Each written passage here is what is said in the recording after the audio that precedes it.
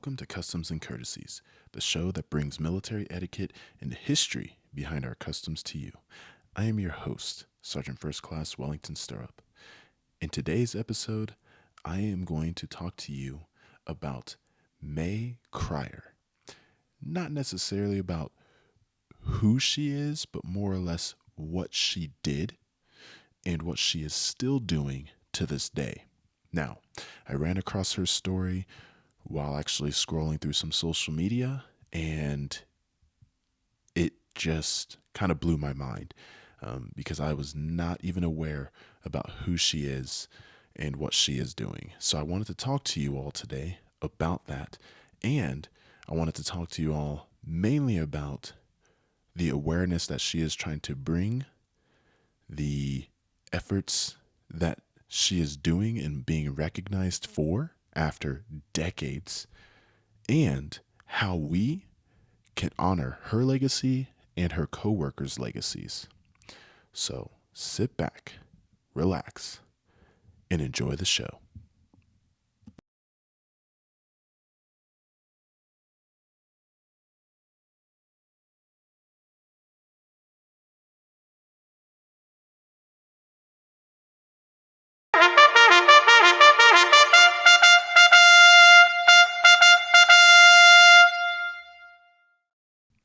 Now, as I mentioned, I ran across May Cryer's story while on Instagram earlier today, and it caught me by surprise. And so I started, digging into who she is, what she's been doing, what she did, and her contributions to the war effort in World War II. So that's what I'm going to talk about today. Originally, though, I was going to talk about Virginia Hall. Being that I am a history buff and someone who has their degree in modern history, I know about Virginia Hall, and also seeing as how I work in the intel community within the IC, she is somebody who is very well known within our community. And so I wanted to talk about Virginia Hall to kind of close out Women's History Month here in the U.S. And so if you're not familiar with who Virginia Hall is, she was an American spy during World War II and one of the most successful agents of the Allied intelligence services. I'll just briefly talk about her real quick. She worked for the British Special Operations Executive, so the SOE, and then later for American Office of Strategic Services, OSS. And the cool thing about her is she had a prosthetic leg the entire time that she was out doing her spying during World War II. She lost her leg in an accident, hunting accident, when she was younger. And so this kind of like hindered her abilities to do things because she was an American who grew up overseas. I believe her parents were State Department officials and whatnot, and she wanted to follow in their footsteps, right? And because of her accident, she was kind of passed over for a lot of opportunities, and so that's actually how she wound up working for the British. But anyways, moving on, she would wind up later on working for the CIA after the war, and she was recognized for a lot of what her efforts were, mainly in France during the occupation. But that's what I wanted to talk about, was Virginia Hall, until I came across this amazing story.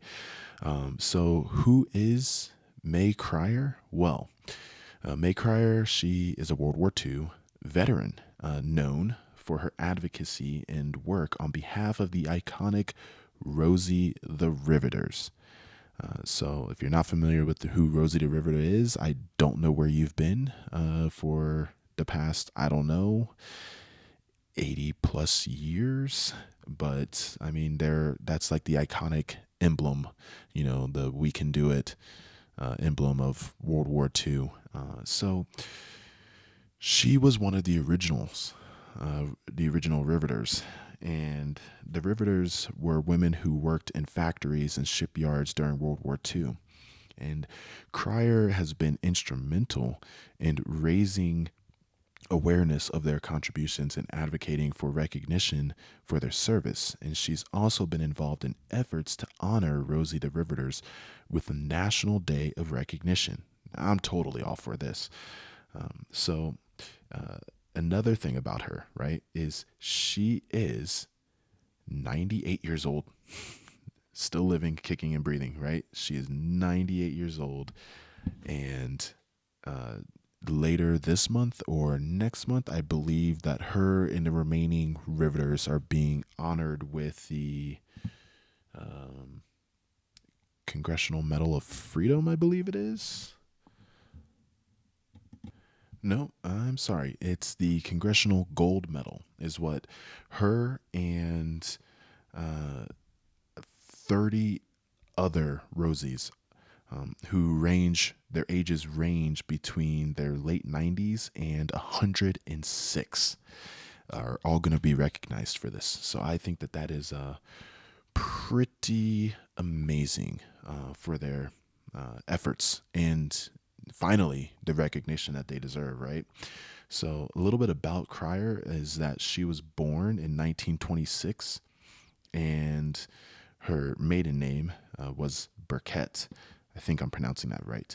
And she was the great granddaughter of Austrian immigrants who pioneered to the Dakota Territory in covered wagons in the 1880s. So, not actually that much far off from when she was born, if you think about it. 1880s, 1926.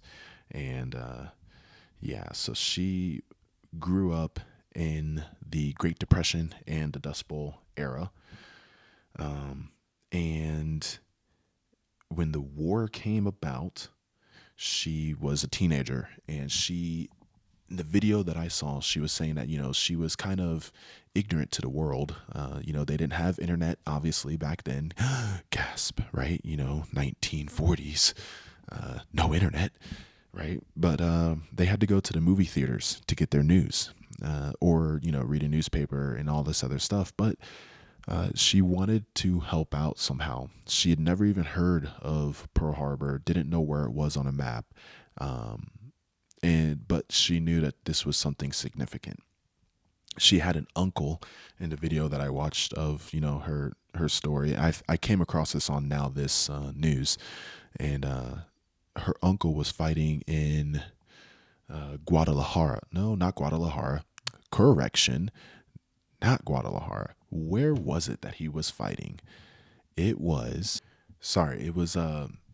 Guadalcanal. Bah, not Guadalajara. Yes. I'm recording this actually a little bit late at night, so forgive me.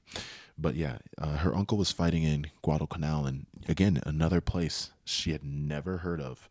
But she goes on to say that, women and children dropped what they were doing to help during the war effort because all of the men were obviously getting drafted or volunteering and shipping off to basic training and then shipping off to either the war in Europe or the war in the Pacific.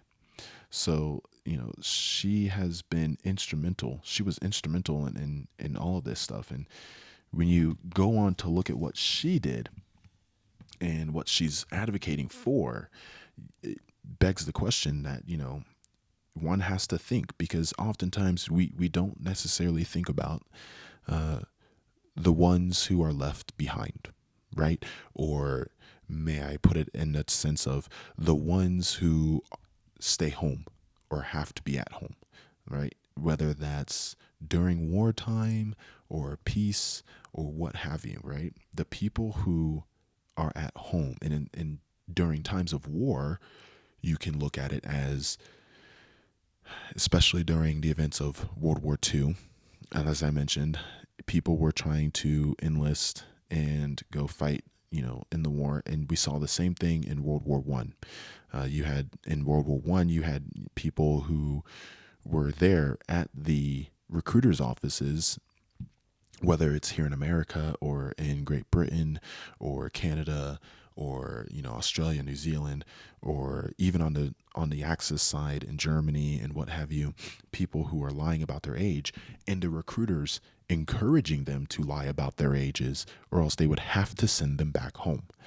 So the recruiter would be like, hey, you have to be 16 to enlist to fight in this war. And the boy would be like, well, I'm only 14. And the recruiter's like, no, you have to be 16 if you want to go fight in this war. Oh, yeah, no, I turned 16 just the other day. Awesome, little Johnny. Come and sign up right now. Right? That's like how it was. And that's why you hear the stories of people who were like 14 or whatever in World War One, and also why you also see some people who were World War One veterans, but then also still young enough to enlist again in World War Two. It happened. It happened. I'm not talking about the people who were career soldiers like, General Eisenhower and them who graduated from West Point, like Eisenhower and Patton. They graduated from West Point, served in World War One. Obviously, they were career officers, but by the time that they were back in they're not back in because they never got out, but by the time World War II rolls around, they're generals. I'm talking about people who, by the time World War II rolls around, they're still young enough to be like, I'm not at the maximum age limit. I'm a veteran of World War One. Wait a minute. How's that? Oh, because you were like 13 when you enlisted and you somehow made it through. Congrats. But anyways, back on track. Man, I have a bad tendency of getting sidetracked, don't I? What role did the Riveters play? What role did Rosie the Riveter in general play? Well, Rosie the Riveter symbolizes the millions of women who entered the workforce during World War II to fill jobs left vacant by men who went off to fight in the war. Now, kind of touched on that already, right? Everybody was enlisting. Everybody was going, well, planes, ships, bombs, ammunition, logistics, all of that has to still get met. And these aren't the things that we're thinking about. At least when I say we, I mean people who are, combat arms in general. We don't tend to think about that. Now, I say we, I am no longer combat arms. I was an 11 Bravo, so I was an infantryman for half of my career so far. I'm going on 14 years. So 7 years I was in the infantry. And for about 6 of those years, I never actually really put much thought into logistics and, resupply and all that stuff. And if you listen to my podcast 2 weeks ago with Master Sergeant Andy, who's a logistics person, I mentioned that. It's not something that we necessarily think about. So, again, these jobs were left vacant by the men who were going off to fight in the war. Well, we're not going to have the planes and the ships and the bombs and the guns if we don't have people to build them. So it was the women who stepped up, and these women worked in factories, shipyards, and other industries, contributing greatly to the war effort by building planes, ships, tanks, and other supplies needed for the war. Rosie the Riveter became an iconic figure representing women's empowerment and the important role that they played in supporting the war effort and shaping the workforce. Now, one might say, what does this have to do with military customs or courtesies or modern day workforce and stuff like that? Well, this is one of the things that May Cryer is actually advocating for, is the recognition that the women deserved, because they weren't recognized for this, and I'm gonna talk about that later. But when it comes to the custom sides of the military, there's a tradition there of women who go off when the men go off to fight war, and they served on the battlefield as well, mostly doing medical stuff for men. As nurses, and there's one story that I could do about, I can't remember her name right now off the top of my head, but she was in a cannon person, artillery, during the Revolutionary War. And I mean, there's multiple stories of women throughout history and in the modern day. And when I say modern day, I'm talking like revolutionary time, 1700s till now of women, dressing up as men to go fight and so on. Anywho, there is, there are these roles that women throughout history, and especially during World War II, have played. And during World War II, the Riveters played probably the biggest role. And I say that because, again, they were the ones building the tanks. They were the ones building the planes. They were the ones building the ships. So without them, we wouldn't have been able to fight. So that is why I think they played the biggest role. And one could ask, well, how were they viewed, right? How were these women viewed? Because why is it that she's fighting for recognition in 2024 at 98 years old? Well, here's why. During World War II, Rosie the Riveters were viewed with admiration and respect for their crucial contributions to the war effort. And they were seen as patriotic heroes who stepped up to support the nation during a time of crisis by taking on jobs traditionally held by men. Insert round of applause. Their work was instrumental in sustaining the war effort and was essential to Allied victory. So again, in my opinion, this is just my opinion, you're allowed to yours, but in my opinion, they probably had the biggest role to play, and they probably executed it flawlessly because we won the war. And we won the war pretty much because we were able to keep producing nonstop. I mean, the Axis powers, were not able to keep up with our production.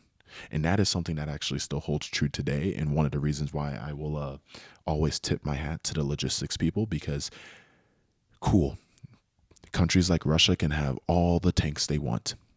How good are those tanks if you get outside of a city that you're trying to take, that's the capital city of a country that you're, fighting a war against, and you run out of fuel 20 to 40 miles outside of the city, only to then have to turn around. Not that I'm going off of current history that happened about 2 years ago, but it's happened, right? We'll even go back to the Napoleonic era. Look at the downfall of Napoleon. What happened there? Where does the saying, you never invade Russia in the wintertime, come from? Oh, because he moved too fast only to get outside of one of the crucial cities he was trying to take and not have any supplies left because the Russians performed scorched earth. It just happens, right? And then we'll fast forward all the way to World War II, since we're talking about the Riveters and we're talking about how their role was essential to the Allied victory because of logistics and being able to push out all of the stuff that we needed to fight the war.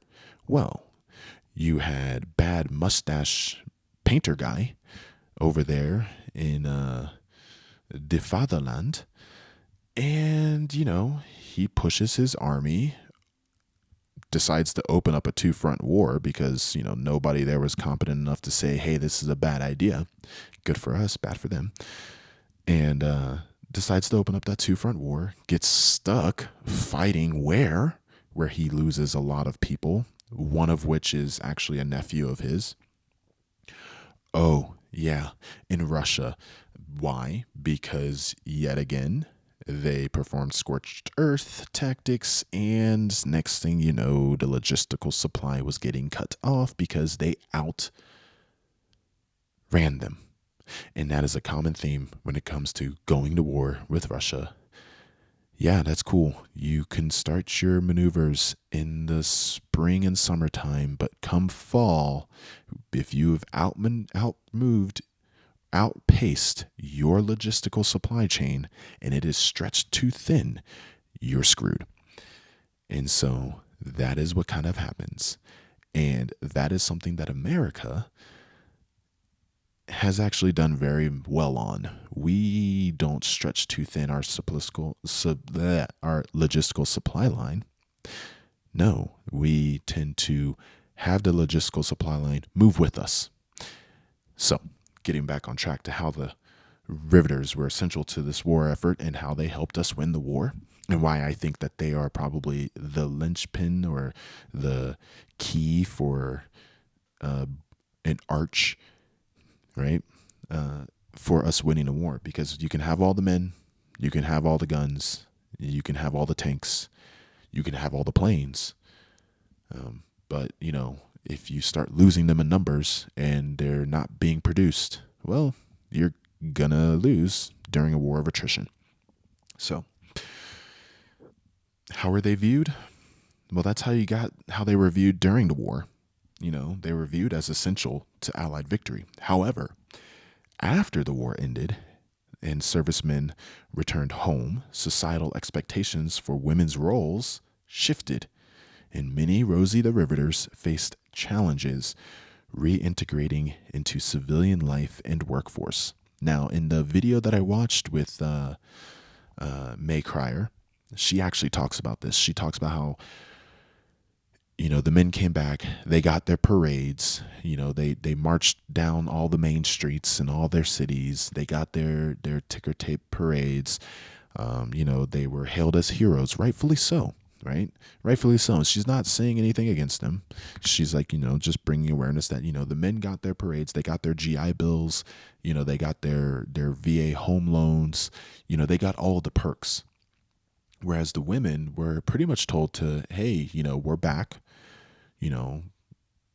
we're getting our jobs back, and you're going to go back to what you were doing. Well, what were these women doing? Mind you, when May Cryer joined and became a Riveter, she was a teenager. She was still in high school when she first signed up. So she didn't know anything else other than working at the factory, doing her job at the factory. Now imagine you being a guy, for my male listeners out there, put yourself in their shoes, right? Here you are, you're a teenager, you get a job, you've been doing this job now for 4 years, and then suddenly some other person shows up who had the job before you. Now they were gone for whatever reason. Doesn't have to be war, doesn't have to be anything like that. For whatever reason, they were just gone for 4 years. And then they came back, and then your boss says, hey, by the way, you're no longer employed. I've given the job back to this person. How would that make you feel if this is the only line of work that you know? So now that you kind of got that feeling and that sense, now you kind of feel where Miss Cryer is coming from on this, right? So she's like, hey, like they did a great job. They were fighting a war. We were doing our part. But now that they're home, we got put out. And this is all that a lot of us girls ever even knew. And then we were told that our only job and only role is to just be the motherly figure in the family. Get married, start a family, raise kids. She said that she didn't go back to work until her youngest child was 11 years old. Now, I'm not too sure on how many children she had, but let's just say that it was 2 or 3. So if it's 3 children, and let's just put them 2 years apart from each other, and she didn't go back to work until that child was 11 years old, whew, that means she probably, again, if we're going to say that she had 3 children, 2 years apart, and she didn't go back to work until the youngest was 11 years old. 17 years, if my math is correct, after the end of the war. And that's assuming that she got married right at 1945, not, 1946 after meeting some guy, dating for a while, being engaged for a while. That's like if, the war ended in 1945, which it did, and then she came, her husband came home, or the guy that she would be her husband came home, and they instantly got married. So 1962 would be the earliest that she would have probably gone back to work. But that's assuming that she got married right at the end of the war, which I doubt she probably did, probably a year or two after that. So, there you go. But getting back on track, so these Rosie Riveters, they faced the challenges of reintegrating into civilian life workforce despite their legacy as trailblazers in breaking gender norms and contributing to the workforce during a pivotal moment in history has been increasingly recognized and celebrated in later years. Now, I say that because it wasn't until, uh, you know, a decade or two after the end of the war that they started getting recognition. Now, I know growing up as a child, and I'm going to date myself here if I already haven't, and anybody that's listening to this and knows me, I mean, you already know how old I am, so it doesn't matter. But growing up as a child in the 90s, as a kid who was born in the 80s, grew up in the 90s, I remember seeing Rosie the Riveter pins, posters, all that type of stuff. So, I mean, it's something that I grew up with. So I would say that, we kind of had the recognition, and it's been increasing over years, but there's more that can be done. So, like, what can we do to honor these Rosie Riveters that are still alive? Mind you, I believe I said at the beginning of the episode that there's like 30 of them, the original ones, left, and they age between 96, was it, to 106, or 90 to 106. Either way, they're in their 90s or older. So there aren't many left. Just like with any other World War II veteran, there aren't many left. And the next group would be the Korean War veterans that we have all but forgotten about, because that is literally called the Forgotten War. And to me, that's also a big dishonor and disservice to them. I know a Korean War veteran, and he's in his 90s. He's a good friend of my wife's. And so, there's a lot that we can do. So what can we do to honor the Rosie Riveters, per se? Well, there are several ways to honor the Rosie the Riveters and their contributions. Number one, recognition, right? That's the reason why I decided to make this episode instead of the one on Virginia Hall, is the recognition. So if I can do my part, I'm going to try to do my part. Supporting the efforts to formally recognize Rosie the Riveters through a national or local initiatives, such as establishing commemorative days or erecting memorials in their honor. Two, documentation. Encouraging the recording and preservation of Rosie the Riveters' stories and experiences through oral history projects, documentaries, which I would love to see. And so if anybody out there in Hollywood or wherever who's a documentarian, please make one. I would actually really like to watch that. Documentaries and written accounts to ensure their legacy is remembered and shared for future generations. Number three, education. Integrating the history of Rosie the Riveters into educational curricula at schools and universities to raise awareness of their contributions and to promote gender equality and diversity in the workforce. Now, I know in some places this is probably not going to be allowed simply because I said the word diversity. Not going to name those places, but we all know what I'm talking about. But anyways, if you're an educator out there, maybe try to bring it up one day when you guys are talking about World War II, because I know for a fact that is probably one of the biggest things in high school history that we always talk about is World War II. We rarely talk about anything else. Don't know why. That's just my gripes as a historian, as a person who went on to get their bachelor's in history. We got to do a better job as historians talking about all the other history out there rather than just the Battle of the Bulge, D-Day, we barely even talk about, the battles in Northern Africa. It's really just Battle of the Bulge, D-Day, Pearl Harbor, we won the war, dropping of the atom bomb. Obviously not in those order, but yeah, that's like American history right there in a nutshell, besides the other stuff that we talk about, Civil War, Revolutionary War. Yeah, that's about it. They're probably talking about 9/11 nowadays. I don't know. But yeah, so educating. educating, because during the time that we're talking about World War II, oh yeah, in Vietnam, uh, you can talk about the Riveters and talk about their contributions. That would be cool. That would be epic. So do it if you're a history person. Support, or if you're an educator. So number 4, support. Advocating for programs and services that provide support and assistance to Rosie the Riveters and other veterans, including healthcare, housing, and employment resources. Now, most of these women, like I said, they're in their 90s or early 100s. Is that what you would call it? Or would it be the knots? I can't remember. Don't know. Either way, I doubt they're looking for any of that type of stuff, but maybe they might have family members. But you can still look into veteran resources to see how you can help.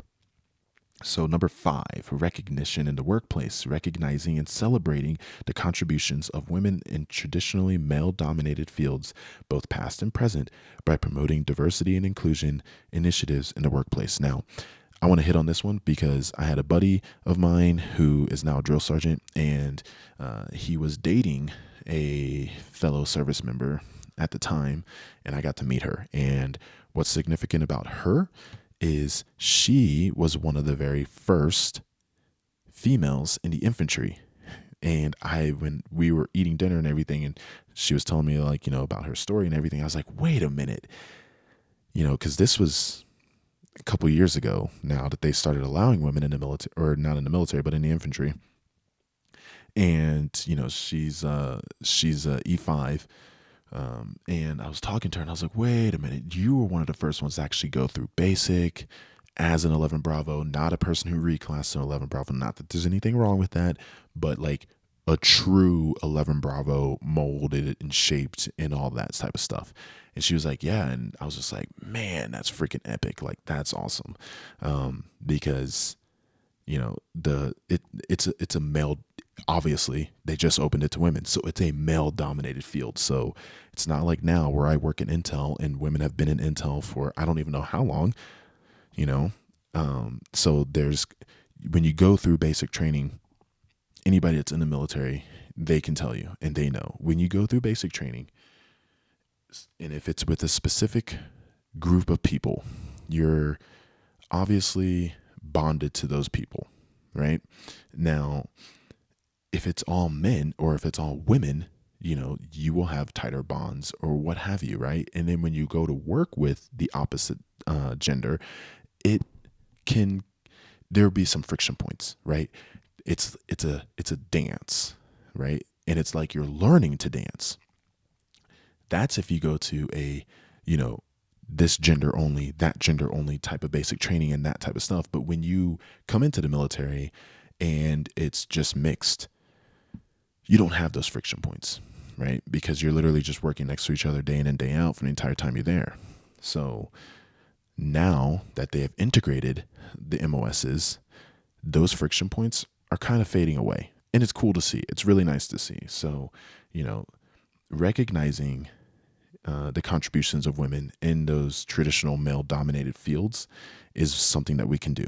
And that's something that people like May Cryer are actually advocating for, is not just recognition for the Riveters. She even says it in the video that I watched. She's like, I'm not just advocating for the recognition of the Riveters. She's like, I'm advocating for, all women out there and girls who feel inspired to go do things that are traditionally male dominated, because, many times we tell little girls or little boys that you can't do this because this is a girl thing, or you can't do this because this is a boy thing, when in reality it's just a job. Right? It's just a job. And she talks about like astronauts, you might have a girl who is incredibly smart and wants to be an astronaut, and she should be encouraged to go be an astronaut because she might actually be the best astronaut out there, better than the boys, better than the rest of the females. You just never know, right? And so encouraging girls to go do things that are predominantly male dominated is one of her things. And so that's one of the ways that we could honor her and her cohort, is by recognition. And then number 6, the last one, community engagement, organizing events, exhibits, and community projects that highlight the achievements and sacrifices of Rosie the Riveters and provide opportunities for public for the public to engage with their stories and legacy. Now, recently I was just in Utah, family vacation, and we went over to the Hill Air Force Base and their museum, their air museum. If you're ever in Utah, go to this place. It is super cool. They have a couple hangars with, planes going all the way back from the beginning of flight to modern day. They have an AC-130 interactive exhibit within there, and all the people that work there, super knowledgeable. One thing I noticed is they did also have some Rosie the Riveter memorabilia in their gift shop, and they had an entire section dedicated to women in flight.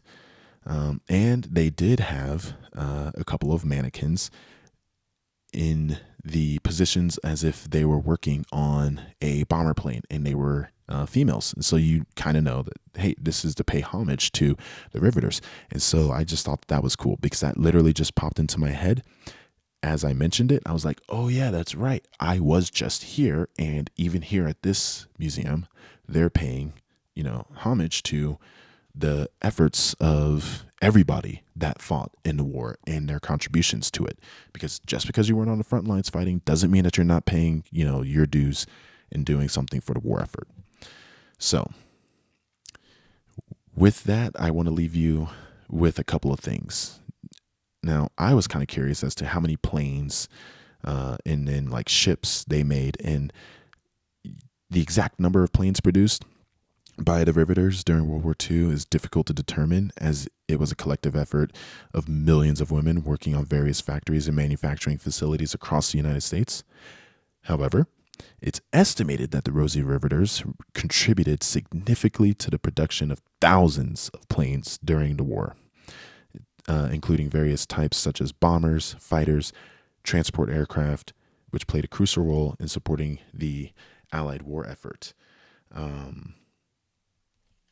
Now, how many ships did they make? Then it's, again, the numbers are actually hard to tell. However, they did work in shipyards across the United States, contributing to the assembly, welding, riveting, and outfitting of various types of ships needed for the war effort.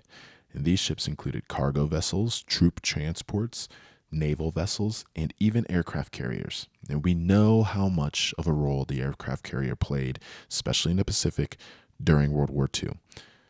So you can thank them, right? And then the cargo and troop transport, maybe events of D-Day, the events of Iwo Jima, all of those played a factor, right? So these efforts of Rosie the Riveters in shipbuilding were crucial in helping to replenish Allied fleets and supporting military operations around the world during the war.